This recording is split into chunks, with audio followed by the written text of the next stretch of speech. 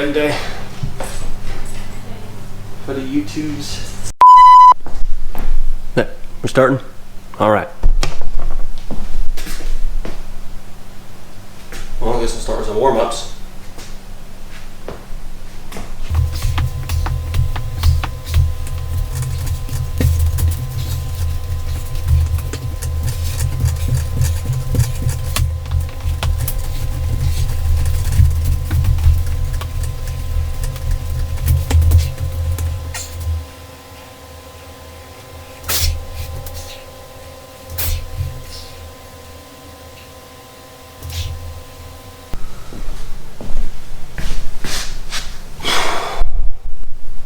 Alright, well, we're getting the last of these garland warm-ups done. I'm going to talk about some of those warm-ups that we did. I like to do the lunges because they help to get the blood flowing in the legs.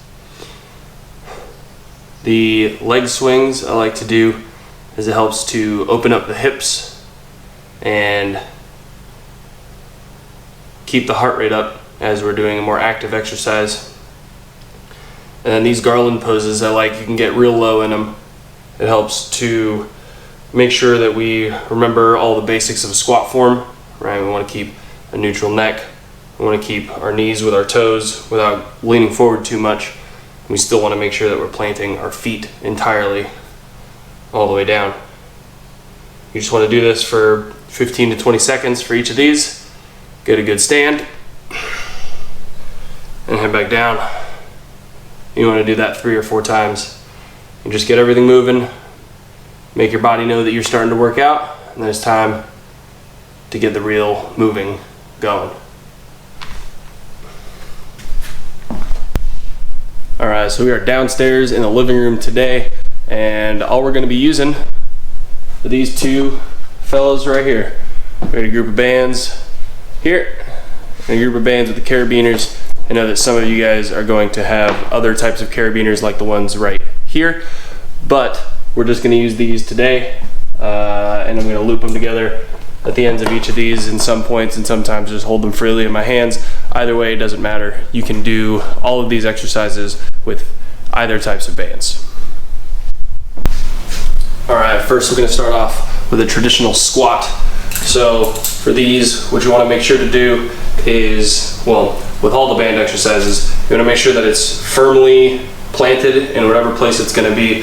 Right, for today, most of these are going to be under our feet, so just make sure that you are firm around your feet for each of these reps. I've hit myself far too many times with bands, and the welts that remain are no bueno. So when we do these, we want to make sure that our feet are right in the center of it. And for squats, you can do these front squats or back squats. Right, when you do them as a back squat, it's just going to be slightly more difficult to get into, because you're going to have to put your head down and around, and you can get it onto the back of your head. So for these, you just want to get them around your shoulders here. You can hold it here so it's not cutting at your neck. And then what you want to do is you just want to drive straight up. Nice easy squat. Down and up. With resistance bands, there's going to be a different type of metric. You're not going to be able to do a ton of weight, 135, 225, 315 pounds for your squats, so you may just need to add multiple bands together and just increase the rep range. The same sort of thing can still occur as you reach failure in order to just drive past all that and make sure that you still get a good amount of reps and get a proper workout in.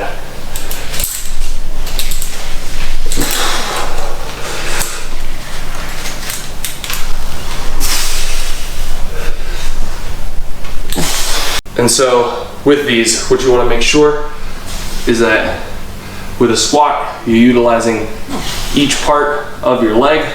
You can drive your hips forward, use the glutes, and additionally press through the quads and use each part of your leg. Yeah. Moving on, we're going with some of these flimsier bands, but don't let that fool you. So next what we're going to be doing is more of a straight leg deadlift, we're going to be focusing more on the hamstrings. All right, so the next thing we're going to be doing is going to be a straight leg deadlift, focusing more on the hamstrings. So, same sort of thing. We're going to stand right in the bands like so. And the problem with this sort of exercise with bands is that at the bottom of the rep, you lose all the tension. So, in order to accomplish this, we're going to grab farther down and make sure that we have tension even all the way at the bottom.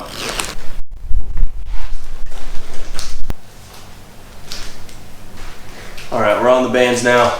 We got it gripped all the way at the bottom. And what you want to do is you want to maintain your legs fairly straight. Obviously, you don't want to lock the knees. And just drive and stand all the way straight up.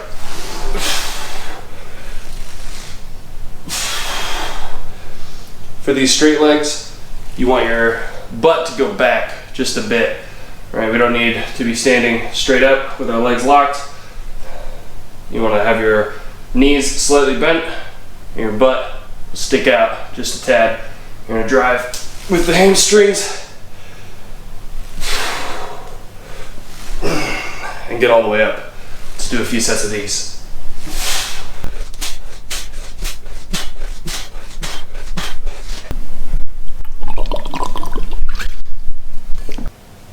All right, so we've targeted the whole leg, we've targeted the hamstring.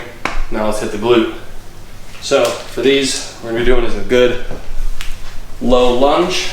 So same sort of thing as the straight leg. You want to grab the band nice and low so that we maintain as much tension as we can. We want to drive through the hips and drive the hips forward so that we can get the glute instead of the quad. So you want to step back, drop into the lunge, and it's about the angle that matters. So as you step back, you want your knee to stay relatively the same above your foot and drive your hips forward with your glutes.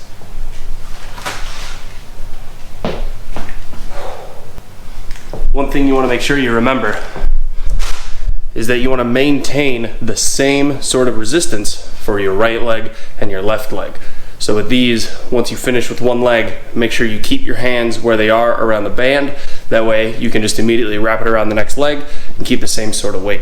You're not going to do lunges with 20-pound dumbbells on the right leg, put the dumbbells down, pick up the 15s, and do it on the left leg. You want to make sure that you are consistent and keeping the same sort of weight resistance for each leg. All right, so next we're going to be working on the Bulgarian split squat. So for these, although we will be doing isometric, as in single leg exercises, we're also going to be dipping our toe into the balance side of leg day. So for these, what you want to do is you want to prop your foot up on a bench or a chair, and your standing leg is going to be a foot or two out from the chair. From here, you will go into similar to a single leg squat, but your right foot is elevated with most of your balance being on your forward leg. You want to make sure that you are driving through all four corners of your feet. I like to think of my foot as having four corners and making sure that you stay on each section of it.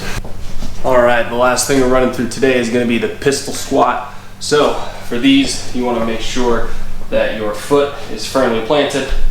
You want to put your other foot into the air and drive all through your lower leg and stand up.